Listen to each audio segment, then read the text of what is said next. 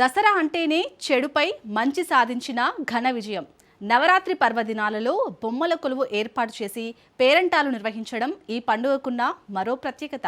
దసరా రోజు రావణవధ, ఆయుధ పూజ, జమ్మి ఆకుల పూజ చేయడం రివాజు. తెలంగాణలో జమ్మి చెట్టును పూజించిన అనంతరం పాలపిట్టను చూడాలనే ఆచారం కొనసాగుతూ వస్తుంది. కొన్ని ప్రాంతాల్లో శరన్నవరాత్రుల్లో దేవీ పూజతో పాటు కుమారి పూజ కూడా చేస్తారు.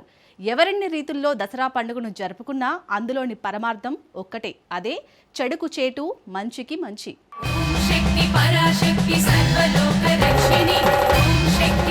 దుర్గాదేవి 9 రాత్రుల పాటు రాక్షసులను వెంటాడి సంహరించింది. చివరికి 10వ రోజున రాక్షసులపై విజయం సాధించింది. దానికి గుర్తుగా 10వ రోజును విజయదశమిగా పాటిస్తున్నాం. మనలోని దుర్గుణాలే రాక్షసులు, మనలోని దైవాంశే ఆ మహాశక్తి. ఆ శక్తిని గుర్తించి ఆరాధించి తద్వారా మనలోని దుర్గుణాలను తొలగించమని వేడుకోవడమే దుర్గన్నవరాత్రుల పూజలోని అంతరార్థం.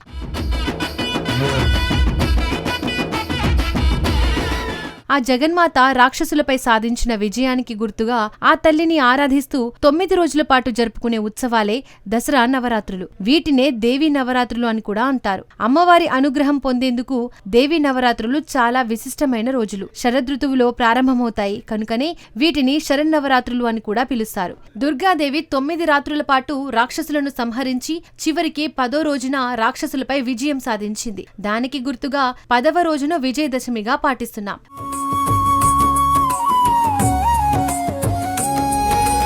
ప్రతి వ్యక్తిలోని దుర్గుణాలే రాక్షసులు, దైవాంశే ఆ మహాశక్తి. ఆ శక్తిని గుర్తించి దుర్గుణాలను తొలగించమని ఆరాధించడమే దుర్గా నవరాత్రుల పూజలోని అంతరార్థం. నవరాత్రులలో మొదటి 3 రోజులు దుర్గా స్వరూపాన్ని ఆరాధించి అరిషడ్వర్గాలను, తదుపరి 3 రోజులు లక్ష్మీ రూపాన్ని ఆరాధించి సిరి సంపదలను, చివరి 3 రోజులు సరస్వతి రూపాన్ని ఆరాధించి జ్ఞానాన్ని పొందవచ్చు. ప్రాంతీయ ఆచారాలను బట్టి నవరాత్రులలో దేవి అలంకారాలు చేస్తారు. బాలత్రిపుర సుందరి, అన్నపూర్ణాదేవి, గాయత్రీదేవి, శ్రీ మహాలక్ష్మీదేవి, సరస్వతీదేవి, దుర్గా, మహిషాసుర మర్దిని, రాజరాజేశ్వరీదేవిగా 9 రోజులు 9 రూపాలలో అమ్మవారిని కొలుస్తారు. చాలా చోట్ల ఈ అవతారాలకే పూజలు చేస్తారు.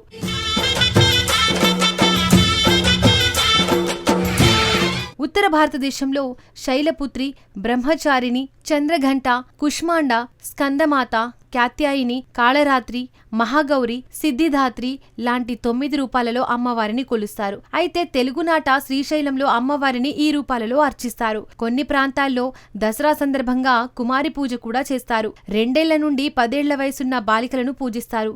వారికి విందు చేసి కొత్త వస్త్రాలతో సత్కరిస్తారు.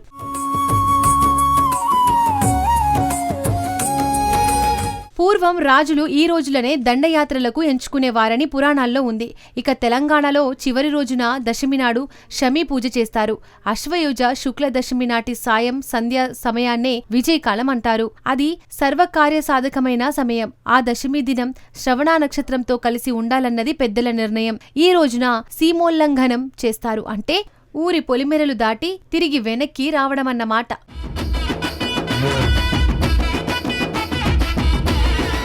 ఇందులో అంతరార్థం ఏమిటంటే, సాధారణంగా శత్రువులు మిత్రులు అనే అంశం వచ్చినప్పుడు వారిరువురి మధ్య కొన్ని హద్దులు ఏర్పడతాయి. వాటిని తుడిచేసి శత్రువులు సైతం పాత కక్షలు మర్చిపోయి మిత్రులుగా ఉండాలనేది సీమోల్లంఘన భావన.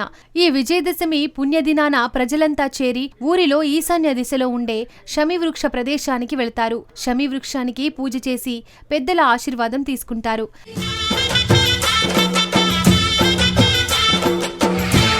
ప్రపంచంలో శ్రీతత్వాన్ని ఆరాధించేందుకు నవరాత్రులు ఓ గొప్ప సందర్భం. శ్రీ మనకు మాతృమూర్తి, అంటే దుర్గమ్మగా, ఆయురారోగ్యాలను ప్రసాదించే లక్ష్మీదేవిగా, జ్ఞానాన్ని అందించే తొలి గురువు సరస్వతీదేవిగా పూజలందుకుంటుంది. విజయదశమి అంటేనే విజయాలను సమకూర్చే పండుగ. దుర్గాదేవి చల్లని చూపు మన మీద ఉంటే అనుకున్న పనులు ఆటంకాలు లేకుండా పూర్తవుతాయి. చేపట్టిన ప్రతి పనిలో విజయం చేకూరి సంతోషం సొంతమవుతుంది. పరాశక్తి సర్వలోక రక్షిణి, శక్తి